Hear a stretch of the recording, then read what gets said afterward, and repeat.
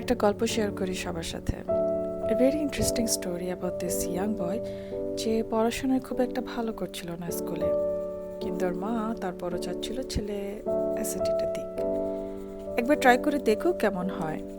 তখন মার প্রেশারে ছেলেটা এসএটি দিল এবং সে 1480 স্কোর করলো আউট অফ 1600, যা কিনা খুবই ভালো স্কোর। মা খুব অবাক হয়ে জিজ্ঞেস করলো, তুমি কি পরীক্ষা হলে চিটিং করেছো? ছেলে বলল, না একেবারেই না, এটাই আমার স্কোর, এটাই আমি পেয়েছি। তারপর কিছু একটা হলো, এই 1480 স্কোরটা ছেলেটার ভিতরে এক ধরনের পরিবর্তন আনলো।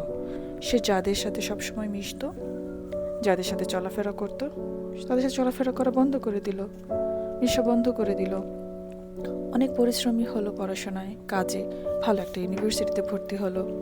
Eventually he created a good life for himself. অনেক অনেক বছর পর ছেলেটা একটা চিঠি পেল এসএটি অ্যাডমিন অর্গানাইজেশন কিছু থেকে, যেখানে জানানো হলো ওই বছর তার অ্যাক্সিডেন্টলি 13টা ভুল মানুষকে পাঠিয়েছিল এবং ওর আসল স্কোর ছিল 740 বা এমন কিছু একটা, আমার সঠিক নাম্বারটা মনে নেই। সো টেকনিক্যালি ও আসলে ফেল করেছিল এসএটিতে, কিন্তু সেই 1480 স্কোরটা কোনোভাবে ওর ভিতর পরিবর্তন এনে দিয়েছিল এবং and his life change after that. আসলে ওর লাইফ তখন চেঞ্জ হয়নি যখন সে 1480 পেল, জীবন তো তখন চেঞ্জ হওয়া শুরু করলো যখন সে প্রিটেন্ড করলো আর ভাবতে শুরু করলো যে সে 1480 পেয়েছে।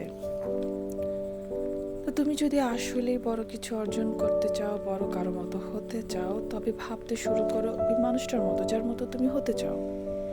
এই গল্পটা সবসময় আমার কাছে মনে হয় খুবই পাওয়ারফুল, হয়তো তোমাদের কোনোভাবে স্পর্শ করবে।